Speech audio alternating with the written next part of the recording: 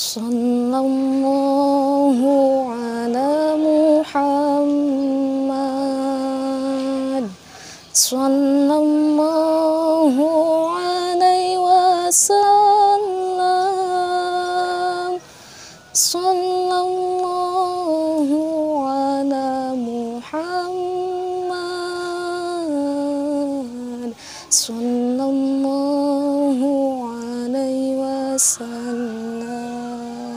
Bismillahirrahmanirrahim.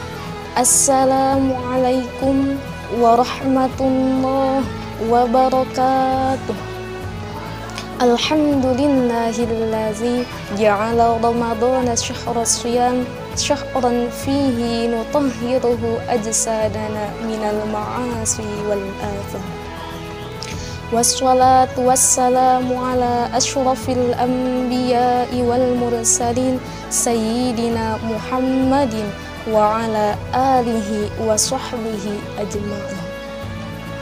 Qala Allahu ta'ala fil Qur'anil Karim, a'udzu billahi minasy syaithanir rajim. Bismillahirrahmanirrahim. Ya ayyuhallazina amanu kutiba alaikumus syiyamu kama kutiba alal ladzina min qablikum la'allakum tattaqun. Wa qala an-nabiyyu sallallahu alaihi wasallam, man shoma ramadhana imanan wa ihtisaban ghufira lahu ma taqaddama min dzambi. Hadirin sahabat cahaya Mifa Ramadan rahimakumullah. Alhamdulillahirabbil alamin.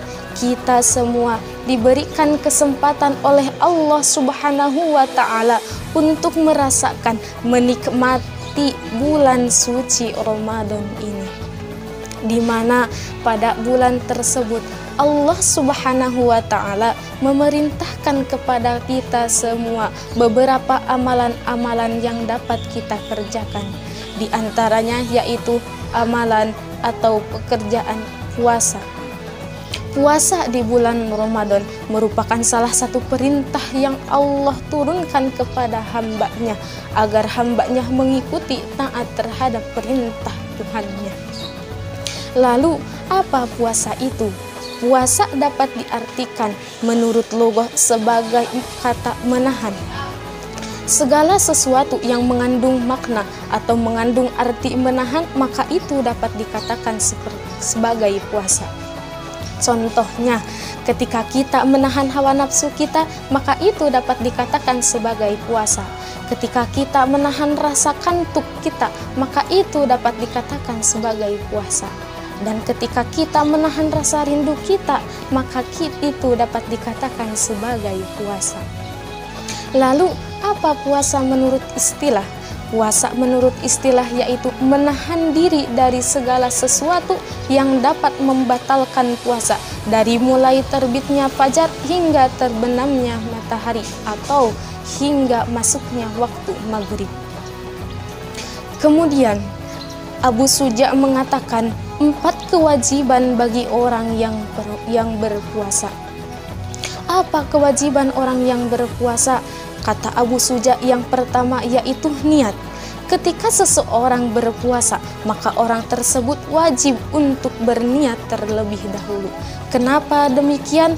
Karena baginda Rasulullah SAW bersabda, segala perbuatan itu tergantung terhadap niatnya. Ketika kita akan berbuat sesuatu, maka landasi terlebih dahululah perbuatan itu dengan niat yang baik. Ketika kita akan berpuasa, maka berniatlah terlebih dahulu dengan baik, khusus tertuju kepada Allah. Banyak para ulama yang mengatakan atau berargumen tentang lafaz-lafaz niat yang dapat kita gunakan. Di antaranya yaitu nawaitu shauma ghadin an azai fadli syahri ramadhana hadihi sanati lillahi ta'ala. Aku berniat menunaikan ibadah puasa di bulan Ramadan pada tahun ini fardu karena Allah Ta'ala.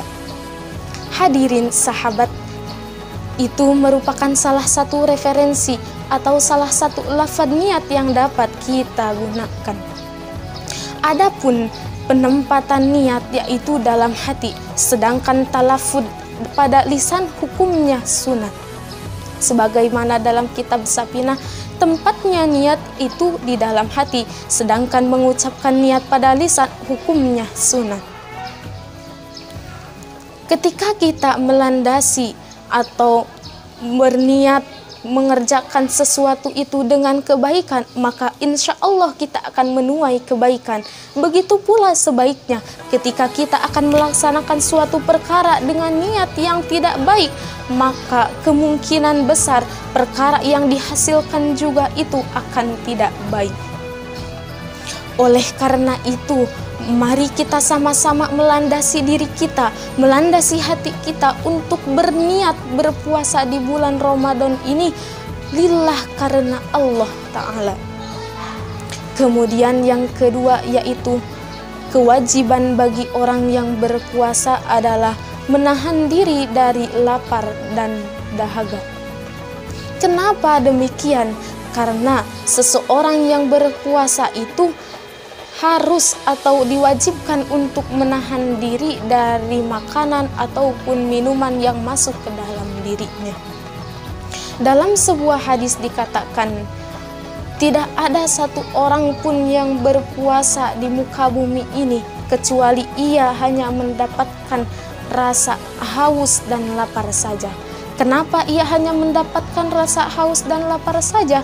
Bukankah puasa ini suatu perintah dari Allah yang Allah akan berikan ganjaran kepada hamba-hamba yang melakukan puasa tersebut? Jawabannya yaitu karena orang tersebut tidak benar-benar dalam melaksanakan puasanya. Dalam artian orang tersebut lalai terhadap puasanya.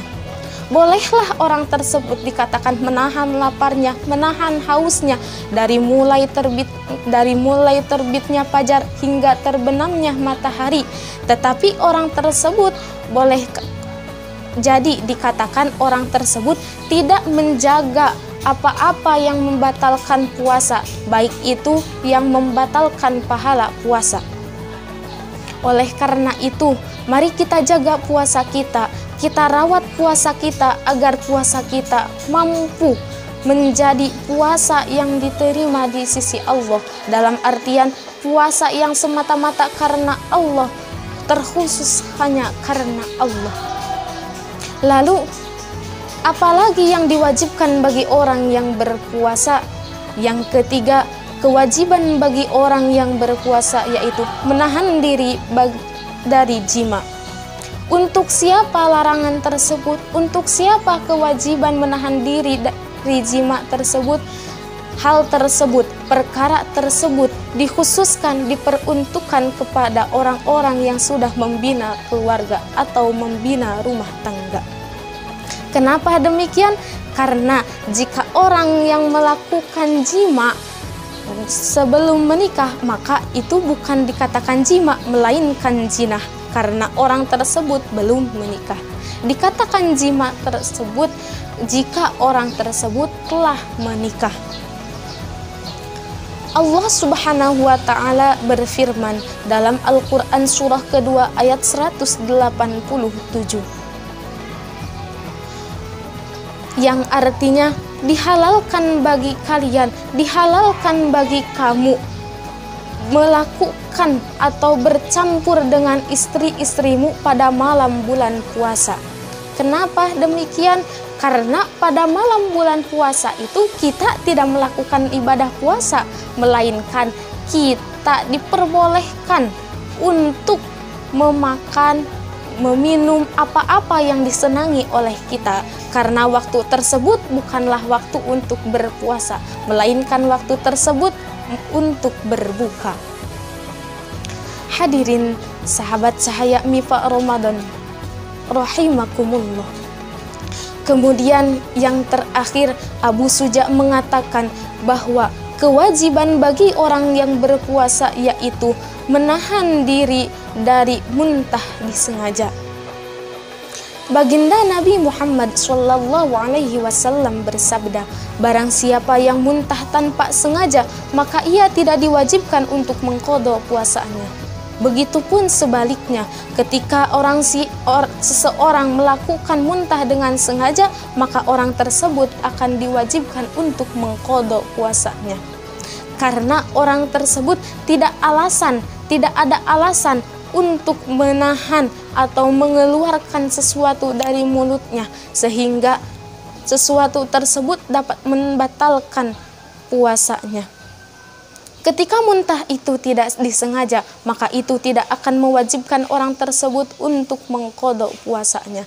Karena hal tersebut tidak sengaja, dalam artian bukan keinginan dari orang tersebut. Hadirin sahabat cahaya MIPA Ramadan, oleh karena itu, mari kita jaga puasa kita, mari kita rawat puasa kita, mari kita pelihara puasa kita, agar puasa kita menuai keindahan, menuai kebaikan nanti setelah kita dipanggil oleh Allah Subhanahu wa Ta'ala. Karena amalan puasa itu tidak ada yang dapat mengetahui baik buruknya kecuali Allah Subhanahu wa Ta'ala. Oleh karena itu, perbuatan puasa kita, amalan puasa kita, segala sesuatu yang kita lakukan di bulan Ramadan ini, kita tingkatkan dengan sungguh-sungguh, kita rawat dengan sungguh-sungguh, supaya kita dapat menuai kebaikan sesuai dengan apa yang kita harapkan. Mungkin hanya itu yang dapat saya sampaikan. Mohon maaf atas segala kekurangan dan kekhilafannya. Tentu banyak sekali kekurangan dan kekeliruannya. Saya tunggu kritik dan sarannya. Mohon maaf atas segala perkataannya. Wabillahi taufiq wal hidayah. Akhirul kalam. Wassalamualaikum warahmatullahi wabarakatuh.